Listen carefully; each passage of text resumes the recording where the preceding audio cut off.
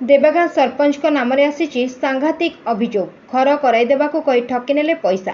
प्रधानमंत्री आवास योजना रे घर कराइदेवा नाम हिताधिकारी ठकिनेले पैसा। सरपंच साजिले ठेकादार। सूचना अनुसार नवरंगपुर जिलार रायगढ़ ब्लॉक देवगां पंचायत सरपंच चरण गंड से देवगां ग्रामर वर्षे पूर्व 5 जन हिताधिकारी जहां नाम मालती गंड, स्वामी बिरजू गंड, रामवती गंड, स्वामी चैतराम गंड, रतनी गंड, स्वामी जुगदेव गंड, सुकारी गंड, स्वामी नरेश गंड, सोना गंड, स्वामी जितेन गंड यही 5 जन हिताधिकारी नाम आसीथिला प्रधानमंत्री आवास योजना घर।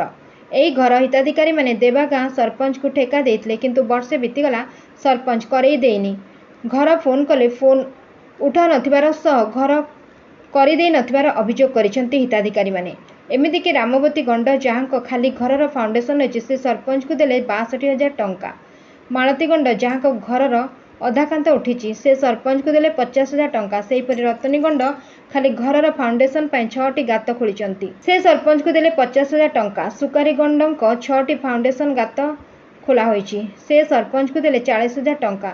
सोना गंडक घरर फाउंडेशन पाई गात खोला होईची से मध्य सरपंच को देले 40,000 टंका। सबु टंका ने सरपंच बसचंती। हिताधिकारी को करि देइ नांती घर। बहु गरीब लोक एमाने पक्का घरे रहिबे बोली मनरे स्वप्न किंतु सरपंच एमानक स्वप्न करि देइछि चुरमार।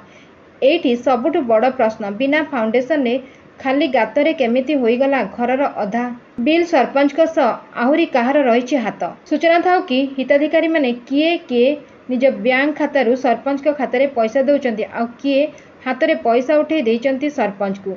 एहार उच्च स्तरीय तदंत सह सरपंच के प्रति दृढ़ कार्यानुष्ठान ग्रहण करने को अंचलवासी दाबी करिसेंती। देवगांव पंचायत के करलापारा चरंग सरपंच गड्ढा खोड़ के छाण दई है। ठेका लई है बिल्कुल तो नहीं उठा है। 40,000 ला लई है खाई दई है। 1 साल होइस डौकी के घर आए रही सरपंच ला दिल रही 50,000 दे हाँ 1 साल होइस नहीं बनाया आध घंटे करके छाण दी।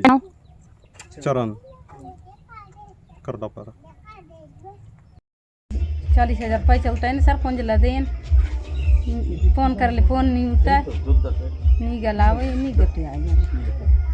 Bureau report 51 news agency.